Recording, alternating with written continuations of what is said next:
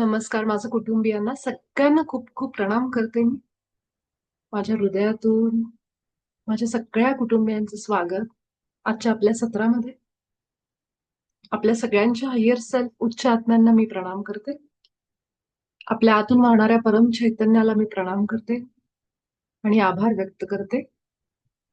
महाअवतार बाबाजींचे, ब्रह्मर्षी पितामह पत्रीजींचे, जे आपल्यासोबत या ध्यान सत्रामध्ये सूक्ष्म रूपाने असतात, ऊर्जा रूपाने असतात. थँक्यू. सर्व एंजल्स आणि आर्क एंजल्स या सगळ्यांचे आभार व्यक्त करते, त्यांना प्रणाम करते. थँक्यू की तुम्ही आम्हाला ही ऊर्जा देता आणि आमच्याकडनं हे सत्र तुम्ही करून घेता. आज आपल्या कुटुंबातल्या मंगलताई म्हणून ज्या आहेत आता नाहीयेत बहुतेक, त्यांचा मला फोन आला होता आणि त्या आज माझ्याशी त्यांनी माझ्याबरोबर खूप अनुभव शेअर केले ध्यानाचे. भरपूर अनुभव शेअर केले त्यांनी आणि माझं हृदय भरून येत होतं जेव्हा त्या माझ्याशी बोलत होत्या. हे एक एक त्यांचे अनुभव ऐकत होत्या आणि मला ध्यानाच्या शक्तीचा अजून अजून अजून अनुभव यायला लागला. म्हणजे अजून असं म्हणतो ना, की एक प्रेरणा अजून मिळते आपल्याला. तशा पद्धतीने आज मला त्यांच्याशी बोलताना जाणवत होतं. अं, मंगलताई आपल्या ग्रुपमध्ये येण्याच्या आधीपासून ध्यान करत होत्या.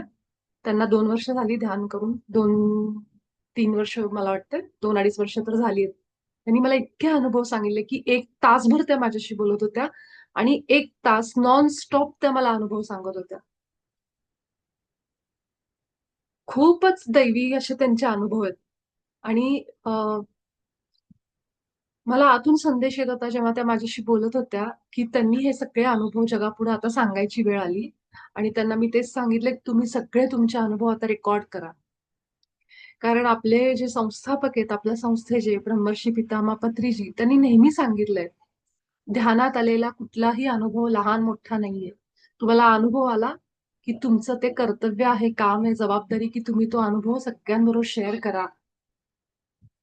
त्या अनुभव ऐकण्यामुळं अनेक लोकं जे अंधारात आहेत, त्यांच्या आयुष्यामध्ये प्रॉब्लेम आहेत असं त्यांना वाटतंय. जसं आपल्याला होतं, की माझ्या आयुष्यात हे त्रास आहेत. पण ध्यानात आल्यानंतर कळतं, की तो त्रास नाहीये. ते माझे धडे आहेत.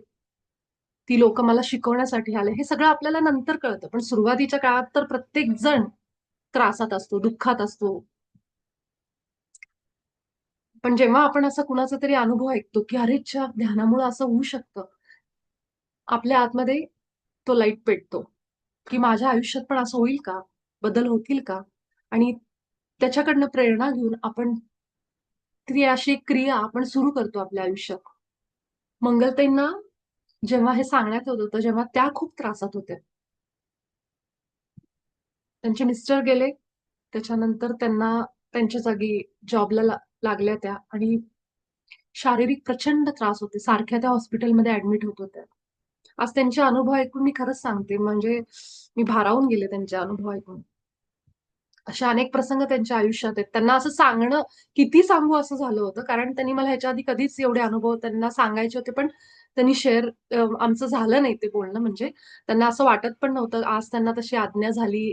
त्यांचे इंट्युशन पण स्ट्राँग आहे. त्यांची गाडी मध्येच त्या एसटीने प्रवास करत होत्या. लोणावळ्याला गाडी कशी बंद पडली. 2-3 तास एसटी बंद पडली आणि त्यावेळेस त्या ध्यान करायला लागल्या बसल्या-बसल्या. तेव्हा त्यांना कसे अनुभव यायला लागले, कसं दिसायला लागलं. त्या सूक्ष्म जगामध्ये जाऊन प्रवास केलाय त्यांनी ऑलरेडी. त्यांनी स्वतःच्या शरीरामधून त्यांची चेतना बाहेर आलेली बघितली. त्यांनी स्वतःचं शरीर बघितलं. त्या थोड्या हे सगळे अनुभव त्यांनी मला आज सांगितले. म्हणजे खूप आहेत. इतका आम्ही विचार करा ना तासभरामध्ये किती बोलणं झालं असेल, किती अनुभव म्हणजे मी ऐकत होते फक्त त्यांचे अनुभव आणि मला सारखं असं येत होतं, की तुम्ही हे सगळे अनुभव आता अ, बाहेर आपलं जे चॅनल आहे आपलं, पिरामिड संस्थेचं जे चॅनल आहे पी-एम-सी हिंदी. आपल्या ग्रुपमधले इतके लोकं जाऊन तिथं ध्यान करतात. मला ऐकून खूप खूप आनंद आहे, की सगळेजण पी-एम-सी हिंदी चॅनलला जोडले गेलेत आणि सगळे ध्यान करतात त्यांच्याबरोबर बसून. ह्याच्यासारखी मोठी गोष्ट नाहीये. कुणाला तरी मागे लागून तू ध्यान कर आणि स्वतःहून जाऊन त्या चॅनलला जाऊन सबस्क्राईब करून तिथले लोकांचे अनुभव ऐकून ध्यानाला बसणं, ही एक स्वतःमध्येच एक अचिव्हमेंट आहे, हे यश आहे, हे सक्सेस आहे. आपल्या साधनेचं, आपल्या गुरूंचं सक्सेस आहे, हे यश आहे. नाहीतर आपण खूप जणांना सांगतो, की तू ध्यान कर, तू हे चॅनल ऐक, तू त्याला सबस्क्राईब कर. जेव्हा कुणीतरी आपल्याला असं सांगतं ना, साधने बाबतीत, ह्या मार्गामध्ये, तेव्हा ते ऐकलं तर आपल्याला त्याच्यात पुढे जो फायदा होतो, त्यावेळेस जेव्हा आपण मागे वळून बघतो, की अरे, ह्या माणसाने मला हे सांगितलं म्हणून मी आज इथपर्यंत पोहोचले. पण ते ऐकणं गरजेचं आणि त्याला फॉलो करणं गरजेचं. नुसतंच येऊन कुणीतरी आपल्याला सांगतंय तर ती परमात्म्याची वाचा आहे. परमात्म्याचा संदेश आहे तो तुमच्यासाठी दिलेला. पण आपण जर ते फॉलोच नाही केलं, ते ऐकलंच नाही, त्याप्रमाणे आपण वागलोच नाही, तर इथं कुणाचंही नुकसान नाहीये. फक्त आपण आपलं नुकसान करून घेतो. पण जेव्हा एक जरी गोष्ट आपण त्याच्यातली ऐकली, की मी सगळ्यांना सांगते माझ्या माहितीत असणाऱ्या लोकांना, की मी सांगते ध्यान करा, ठीक आहे. मला नाही विश्वास बसला, तुम्ही पीएमसी हिंदी चॅनलला जा. YouTubeला. आपण इतकं YouTubeवर बघत बसतो, तर तुम्ही इथे जा, सबस्क्राईब करा आणि फक्त तिथल्या लोकांचे अनुभव ऐका, की कसे लोकांना अनुभव आलेत ध्यानामुळं. मग तुम्हाला करावं वाटलं तुम्ही करा, नाहीतर सोडून द्या. मंगलताईंचं पण तेच झालं. जेव्हा त्यांना सांगितलं तेव्हा म्हणायच्या, "अहो कुठं होत असतं का ध्यानाने? माझा एवढा पैसा आज हॉस्पिटलमध्ये चाललाय." त्या सारख्या ऍडमिट व्हायच्या. आज त्यांनी मला ते पण अनुभव सांगितले, की कसा त्यांचा पैसा कसा सगळा मेडिकलमध्ये चालला होता. लोकांना त्यांना मदत मागावी लागायची.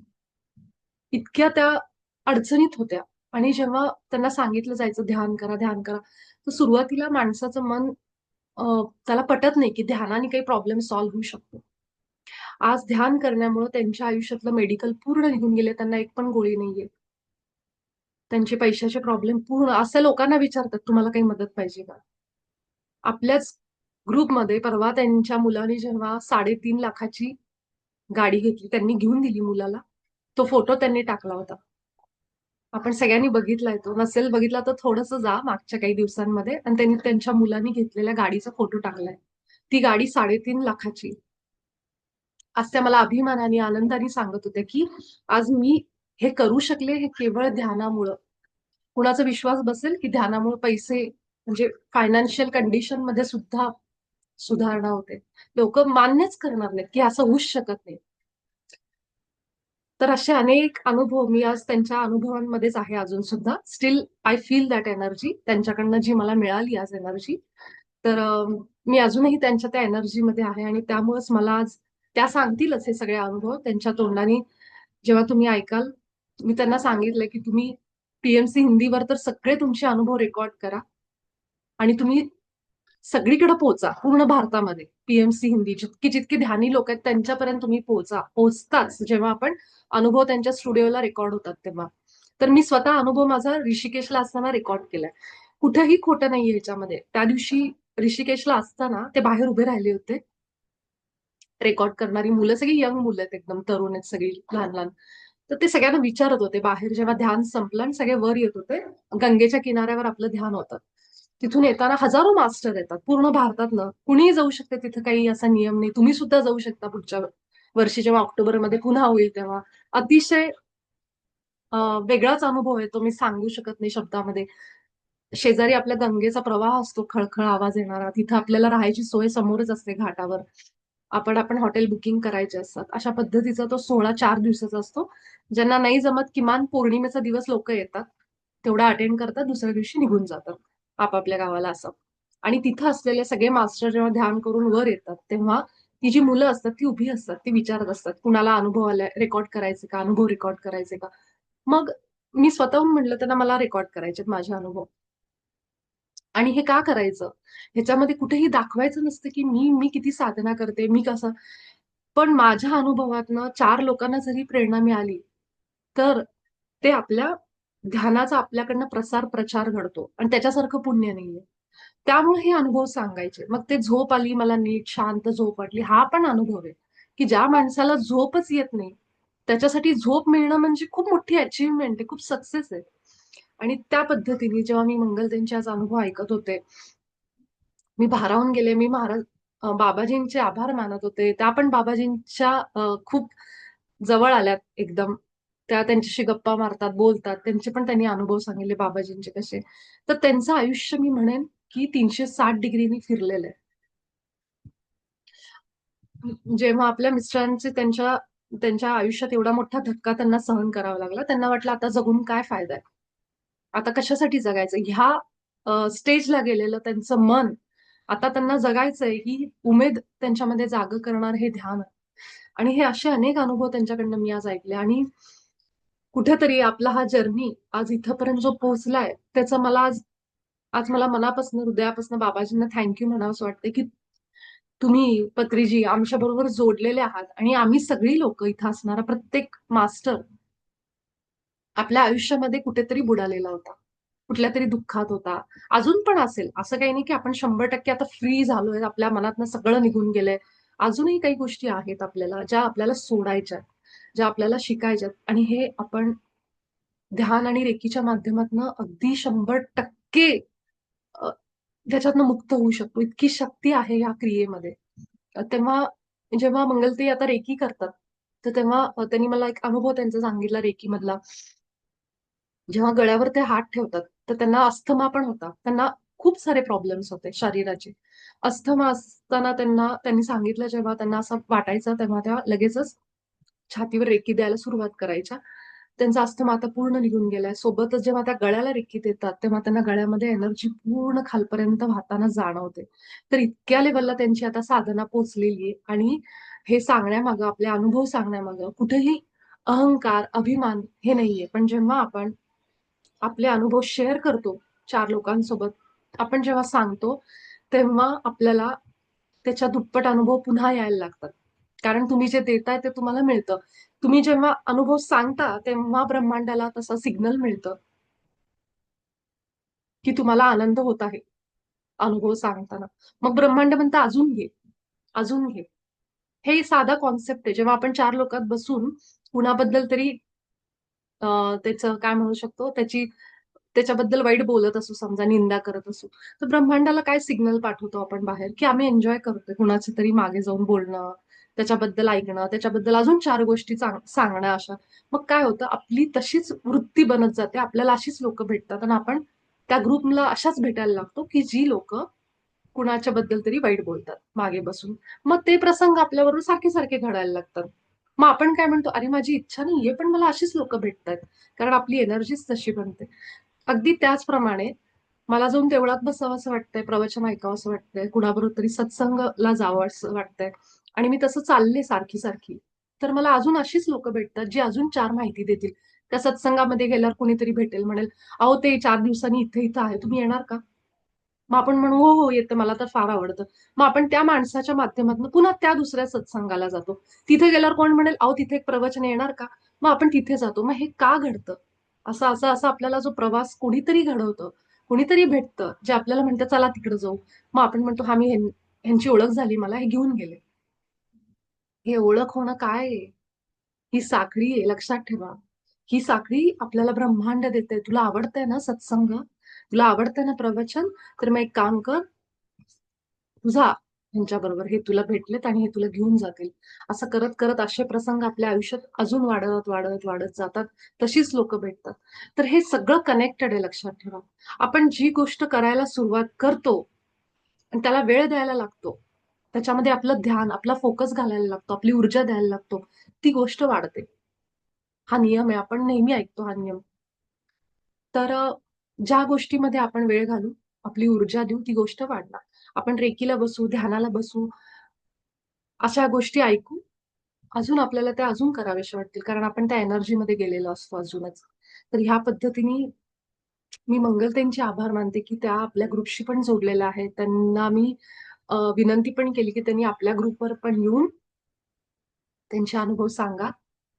अ, जेवढे आपले शरीराचे अनुभव त्यांना कसे-कसे आले, जेणेकरून सगळ्या लोकांपर्यंत ती ऊर्जा पोहोचेल. सगळ्यांना ती पॉझिटिव्हिटी फील होईल, की आपण काय करतोय रोज. इथे येतोय, आपण बोलतोय, हे सगळं ऐकतोय आणि आपण साधना करतोय म्हणजे आपण नेमकं काय करतोय? त्याचे परिणाम किती मोठे असू शकतात. 1 तासाचं ध्यान आपल्या आयुष्यात किती बदल घडवू शकतं, हे मंगलताईंना त्यांचे अनुभव ऐकल्यावर तुम्हाला कळायला लागेल. की त्या फक्त 1 तास ध्यान करतात, रोजच्या रोज. ती साधना नियमितपणे करतात.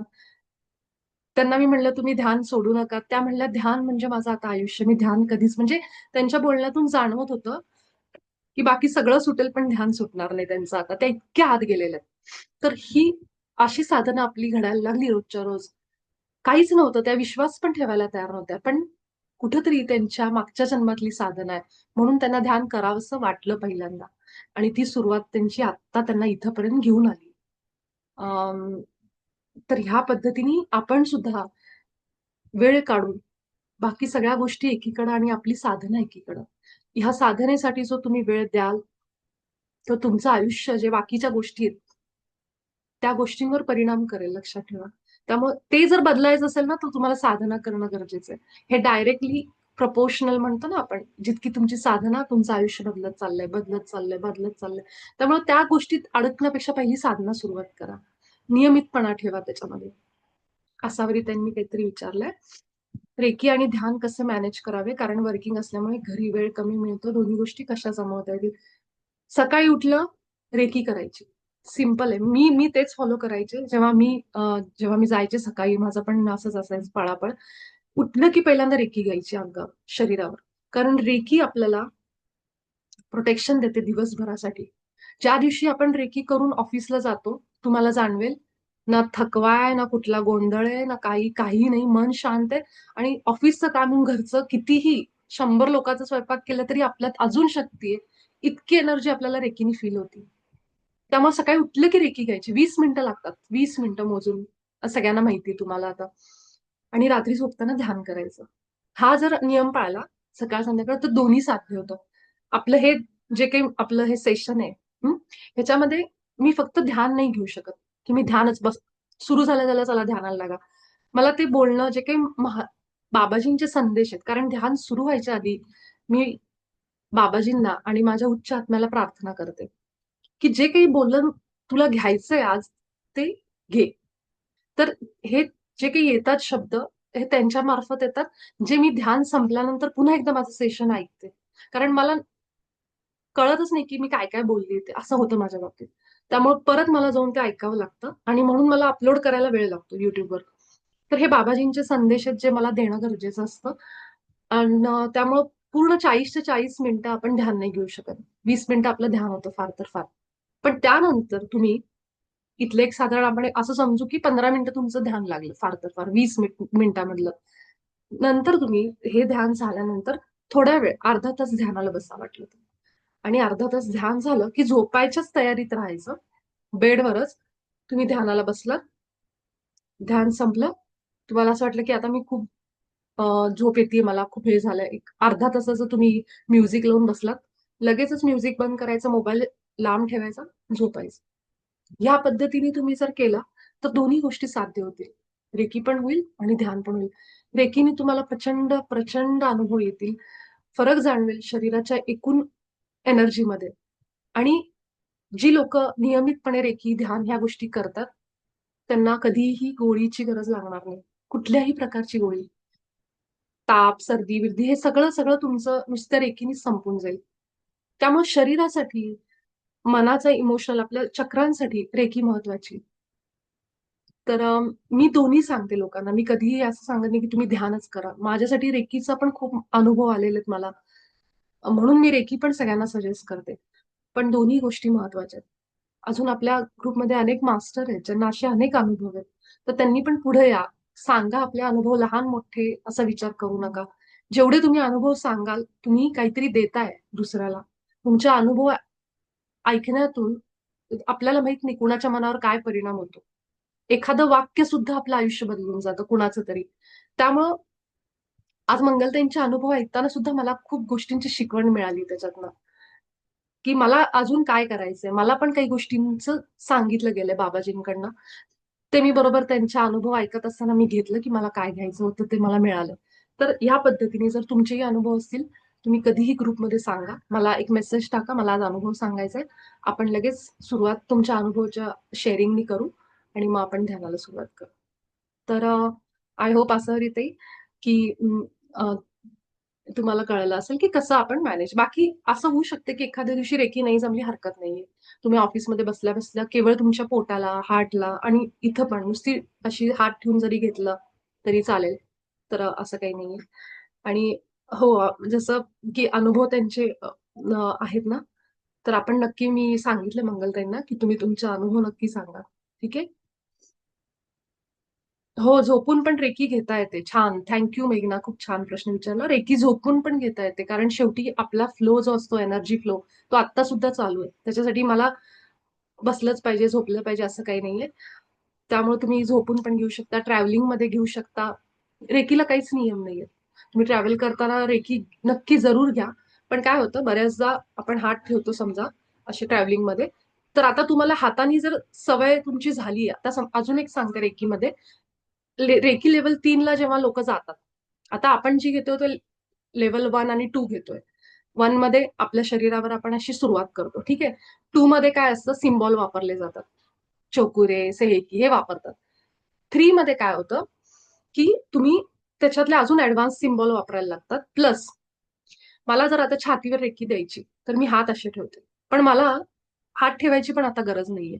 कारण मला श्वासांनीच जाणवतं. मी रेकीला कॉल करते, रेकी शक्ती, तू माझ्या ह्या चक्रावर ये असं म्हणाले. आणि मी जसं माझं लक्ष घेऊन जाते तिथं फक्त. जसं आपण ध्यानात श्वासांवर लक्ष, तसं केवळ हार्टवर हात न ठेवता, हात खाली, केवळ माझं लक्ष माझ्या छातीवर आहे. आणि रेकी शक्ती मी कॉल केलीये. आणि इथं मी माझे सिम्बॉल्स जे काय असतील ते दिले, सगळं झालं. हात न ठेवता मी माझ्या चक्रांना आता केवळ माझ्या चेतनेनी लक्ष, ध्यान, माझा फोकस देऊन रेकी द्यायला सुरुवात झाली. तुमचं लक्ष इथं गेलं, रेकी शक्ती व्हायला सुरुवात होते तिथं. ठीक आहे? तर हे लेव्हल 3 मध्ये आहे. ज्यांना असं वाटतं की मला आता हात ठेवायची गरज नाहीये इथं, माझं केवळ लक्ष जरी मी घेऊन गेले गळ्यावर तरी काम होतंय, ते तसं करू शकतात आत्ताही. आत्ताही तुम्ही तसं करू शकता. तुम्हाला हात जर ठेवायची गरज नाहीये. हा, ज्यांना असं टच स्पर्शाने जाणीव होते त्याची, त्यांनी जरूर हात लावा, स्पर्श करा. तर त्याच्याने जास्त फरक पडतो. समजा कुणाला हातातून जास्त जाणीव होती, तर जरूर तुम्ही हाताचा वापर करा. नसेल तर तुम्ही केवळ तुमचं फोकस, ध्यान तिथं घेऊ जाऊ शकता. सुरुवातीचं मी म्हणेन ज्यांनी नवीन नवीन जॉईन केलेले आत्ताच, नवीनच आत्ता आहात, त्यांनी हाताचा वापर करा. कारण काय होतं मग, ह्याचा स्पर्श आपल्याला खूप महत्वाचा असतो. इथून ती जी एनर्जी असते ना, ती जास्त फील होते. मग हळूहळू तुम्ही जेव्हा रेकी 6 महिने झालेत, आता तुम्हाला 3-4 महिन्यानंतरच मग तुम्ही हात खाली ठेवले तरी चालेल. पण तुम्हाला तो कॉन्फिडन्स आलाय, की नाही माझं ध्यान मी घेऊन गेलं तर मला जाणवतं, एनर्जी फील होती. तर तुम्ही ते करू शकता. ठीक आहे? तर ह्याच्यामध्ये महत्वाचं एकच आहे, की नियमितपणा. रोज जेव्हा तुम्ही ती एनर्जी कॉल कराल, ती तुमच्या हातात फील होईल. परवाचाच आपला अनुभव आहे. वर्षाताईंच्या मुलाला खूपच बरं वाटत नव्हतं. त्यांनी मला मेसेज टाकला, की त्याला खूपच हे होतंय. त्यावेळेस मी त्याला रेकी देत होते रात्री. हां, रात्रीच मी त्यांना रेकी देत होते. मी म्हटलं त्यांना मी देते, मला फोटो पाठवा फक्त. तर फोटो पाठवल्यानंतर मी जेव्हा त्याला हातातून रेकी द्यायला स्टार्ट केली, मी कॉल केलं माझ्या इष्टदेवतेला, गुरूंना कॉल केला आणि मी सुरू केली. मला इमिजिएटली फ्लो जाणवायला लागला. फ्लो थोड्या वेळाने बंद झाला. हात गार पडले माझे. आणि मला जाणवलं, की त्याला तेवढीच गरजेची होती आजच्या पुरती. दुसऱ्या दिवशी सकाळी मला वर्षाचा मेसेज आला, की त्याला बरं वाटायला लागलं. एकाच दिवसात लगेच फरक पडलाय. कारण त्या दिवशी त्याला दिवसभर खूप त्रास झाला. पण लगेचच त्याच्यामध्ये फरक पडला आणि ती एनर्जी मला हातामध्ये इमिजिएटली जाणवली सुद्धा. 5 मिनिटातच माझी फ्लो थांबला. तर हे होतं जेव्हा आपण नियमितपणा आपल्या ठेवतो. आपल्या हातामध्ये इतकी एनर्जी जाणवायला लागेल तुम्हाला. आणि मी कुणी स्पेशल नाहीये म्हणून मला हे जाणवतंय. कुणी मी म्हणजे म्हणतो ना, आपण सगळे सारखे आहोत. एकाच हाडामासाच्या शरीराने एकाच परमात्म्याकडनं बनलेलो आहे.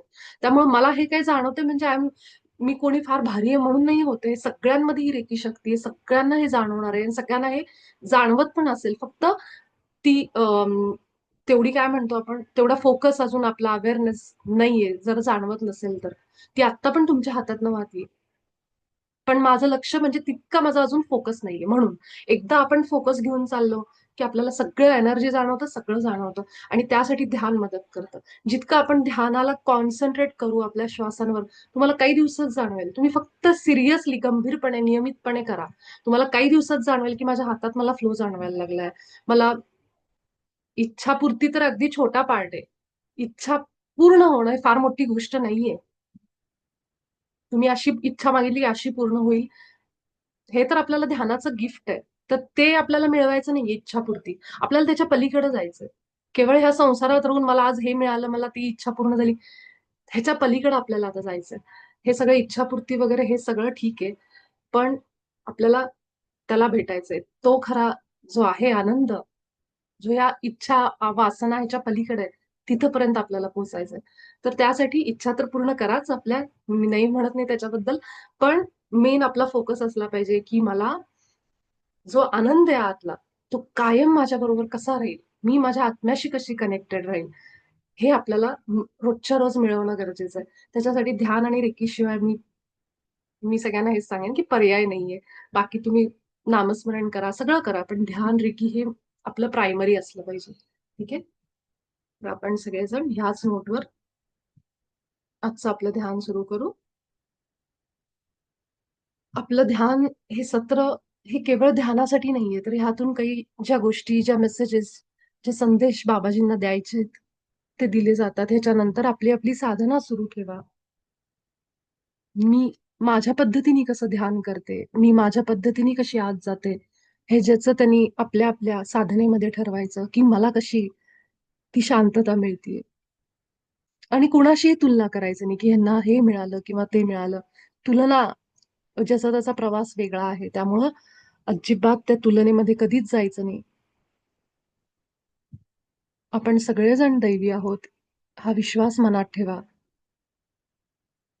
आणि आपण जिथं आहोत, ज्या ठिकाणी आहोत, ज्या लोकांसोबत आहोत, ते अगदी योग्य आहे. त्यामुळे ह्या प्रवासावर देखील आपला विश्वास असू द्या. आणि अगदी शांतपणे स्थिर होऊन मोठे मोठे श्वास घ्यायला सुरुवात करा. आपला एक एक श्वास आपल्या आतपर्यंत फील झाला पाहिजे.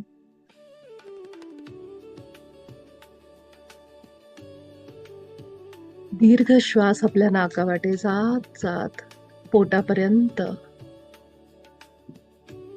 पोटामध्ये हवा भरून घ्या एखाद्या फुग्याप्रमाणे. पोट फुलवून भरपूर हवा जितकी मावेल तितकी, आणि तोंडावाटे हळूवार ते श्वास बाहेर सोडत स्वतःला रिलॅक्स आणि स्थिर करा. ह्या वर्तमान क्षणामध्ये या. ना भूतकाळ आहे ना भविष्य आहे, दोन्ही आपल्या हातात नाही. केवळ आणि केवळ हा क्षण माझ्या हातात आहे, माझ्या श्वासात आहे.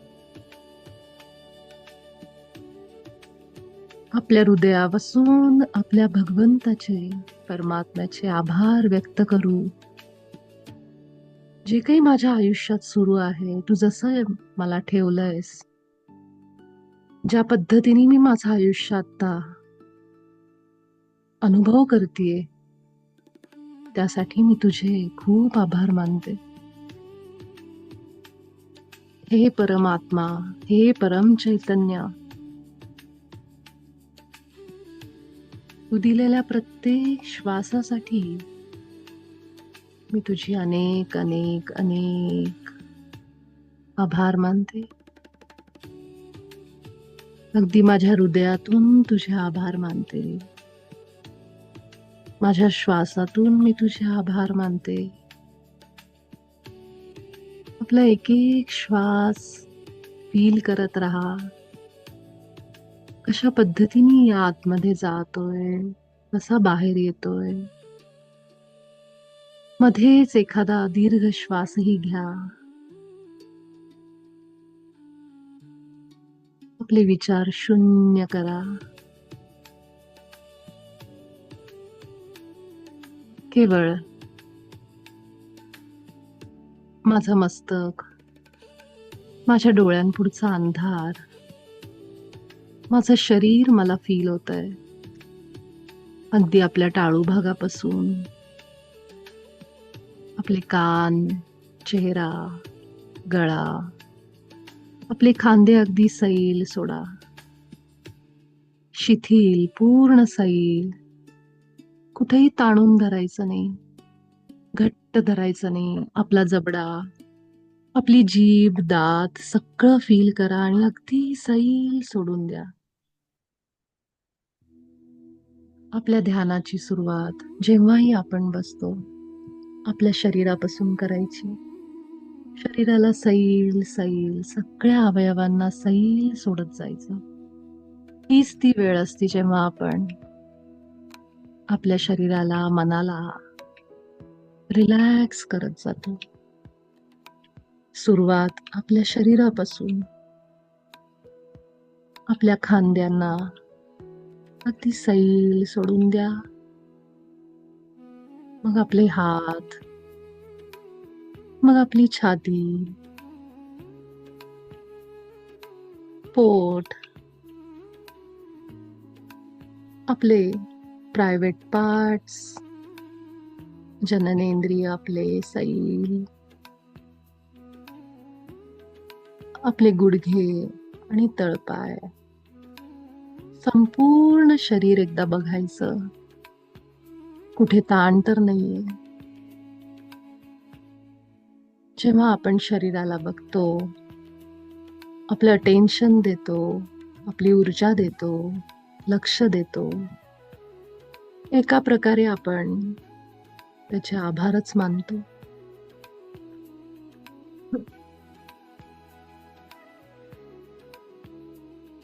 माझं सगळं शरीर आता मला जाणवत आहे. शरीराचं वजन, जडपणा, शरीरामध्ये पाणी सुद्धा आहे. तसंच हा वायू सुद्धा माझ्या शरीरात आत बाहेर करतोय. तोही मला जाणवतोय. शरीरामध्ये सगळं काही स्थिर आहे. केवळ माझे हृदयाचे ठोके,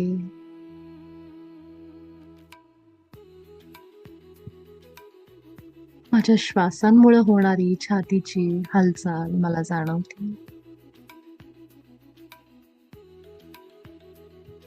हे प्राणवायू माझ्या नाकातून घशामध्ये, घशातून छातीमध्ये,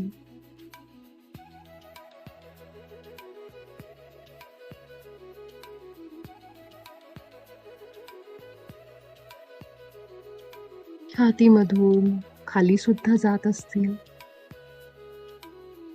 नैसर्गिकरित्या जिथपर्यंत जात आहेत ते अनुभव करत करत माझे विचार शून्य झालेत.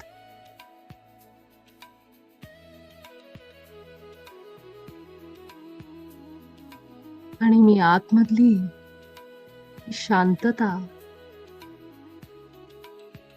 खूप आत असणारी शांतता अनुभव करतीये.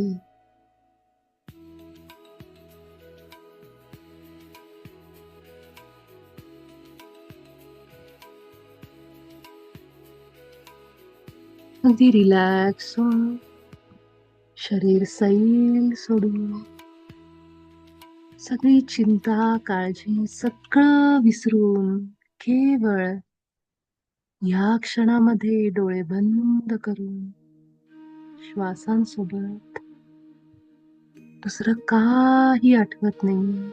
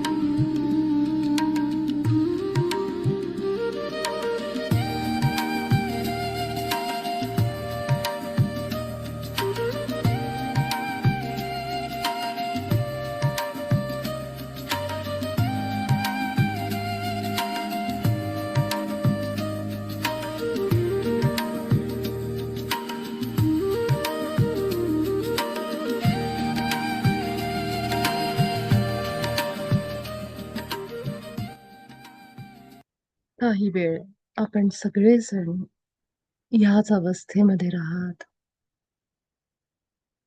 आपल्या शरीरात असणारी ऊर्जा अनुभवत राहा आणि आपला वेळ घेऊन हळू-हळू सत्रातून बाहेर या.